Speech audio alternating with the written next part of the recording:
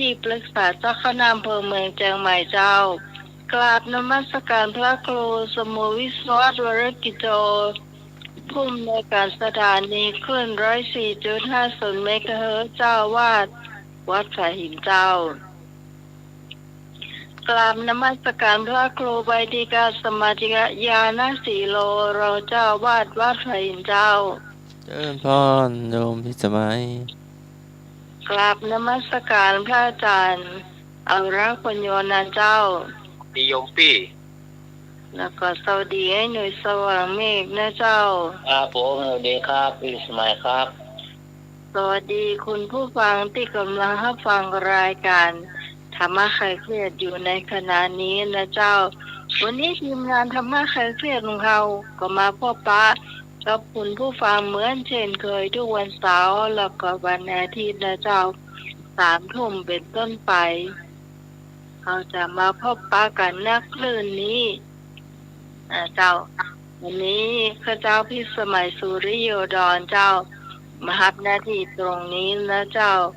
เพื่อบ่ให้เสียเวลานะเจ้านิมนต์จารย์สมัครเลยเจ้า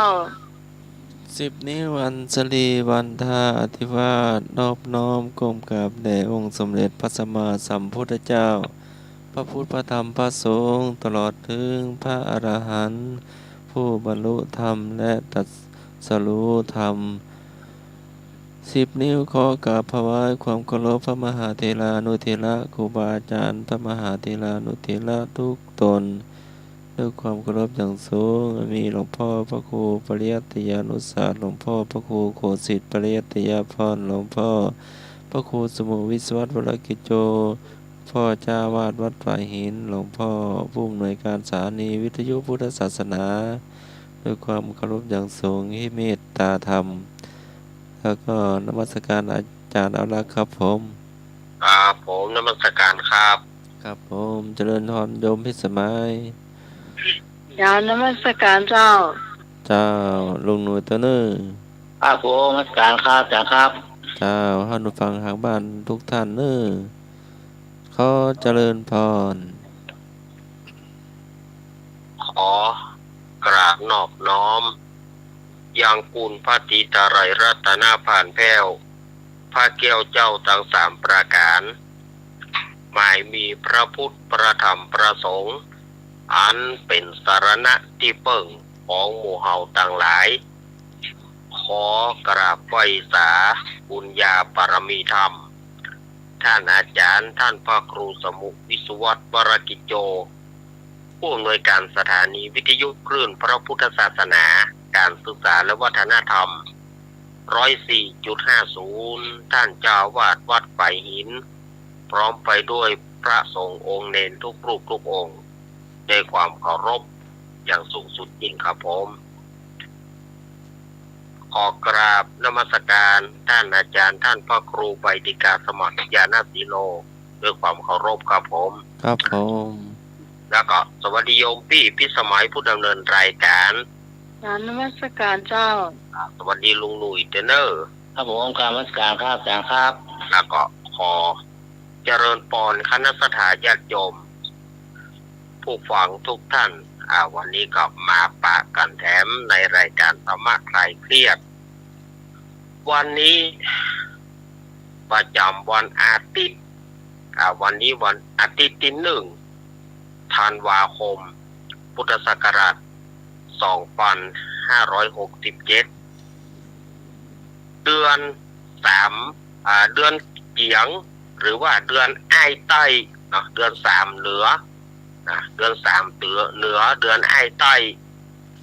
ขึ้นมานี่1ค่ำวันนี้ตามจันทรคติก็เดือนใหม่ตามสุริยคติก็เดือนใหม่เอาล่ะเลข1บวกกันเนอะวันนี้นะก็เหลือแถมเดือนสุดท้ายเดือนที่12เข้ามาแล้วสำหรับปีมังกรทองเนาะสำหรับปีมังกรทองต่อไปก็เที่ยงนี้แล้วก็จะเป็นปีงูทอง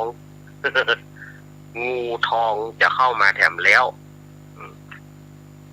ทองจะไปละงูทองจะเข้ามาในปี 2568ก็ถ้านับจากเขามานับวันนี้ก็เหลือเวลาแถมเท่าไหร่เหลือเวลา20 วันดูโอ้สถานญาติโยมก็แฮม30 วันกันเนาะแฮม30 วันแฮม30 วันก็จะเสี่ยงเดือนธันวาแล้วก็เสี่ยงปี2567ก็จะเสี่ยงแล้วก็จะได้มาเริ่มกันปีใหม่ทำแล้วสถานญาติโยมเมื่อขึ้นปีใหม่ก็รายการธรรมะคลายเครียดเฮาก็เชิญชวนคณะสถานญาติโยมร่วมกันทำบุญผ้าป่าเน้อมาทอดผ้าป่าร่วมกันที่วัดไฟหินของเฮาโดยทีมงานธรรมะคลายเครียดโยมปี่พิสมัยเป็นเป็นประธานแล้วก็ทีมงานทุกท่านก็จะไปร่วมกินร่วมทานกันเนาะงานผ้าป่าสามัคคีในครั้งนี้12 มกราคม 68ก็ป่ากันแน่นอนป่ากันแน่นอนเนาะต่อไปก็ลุงนุ้ยได้ทักทายคุณผู้ฟังเนาะครับผมขอบคุณครับครับผมกราบนอบน้อมพระเถรานุเถระทุกลูกทุกหลวงทุกองค์ครับผมขอกราบนมัสการพระอาจารย์พระครูสมุทรวิวัฒน์ครับเมตตาเวลาธรรมะอาเซียครับครับนมัสการพระอาจารย์พระครูบริการพระอาจารย์สมาครับผมเชิญพ่อลุงหนุ่ยการพระอาจารย์เอาละครับผมอาจารย์เมืองละปูนเมื่อไหร่นี่ครับครับสวัสดีพี่สมัยครับสวัสดีจ้ามาคาเชียทุกท่านทุกคนครับผมครับเดินเลยครับวันนี้กติกาเหมือนตะวันนะเจ้าคุณผู้ฟังตอบชื่อเพลงได้เนาะคนท้องได้แล้วคนที่แต่งเพลงได้ก็จะได้5 คะแนนนะเจ้าคุณผู้ฟังนี่นะวันนี้คะแนนก็จะทิ้งห่างกันนักนะเจ้าก็น้องขอให้แม่จันทาคอยจดเอาไว้ตัวนะเจ้าเนาะเพราะว่าการฟังทางบ้านเนี่ยก็จะชัดเจนดีกว่าเขาฟังทางโทรศัพท์หน่อยเปิดวิทยุดังเลยเดี๋ยวมันจะวีดเนาะคนที่เปิดวิทยุอยู่ทางบ้านนี่ก็จะชัดเจนนะเจ้าก็จะเงินไอ้หน่วยครับอาจารย์เอารักเป็นฟังอันดับ2อันดับ3เนาะก็จะไม่ได้มีปัญหานะเจ้าถ้าพร้อมแล้วก็ขอเชิญนะเจ้าเพลงนี้อาจารย์เป็นคนเลือกนะเจ้าเนาะ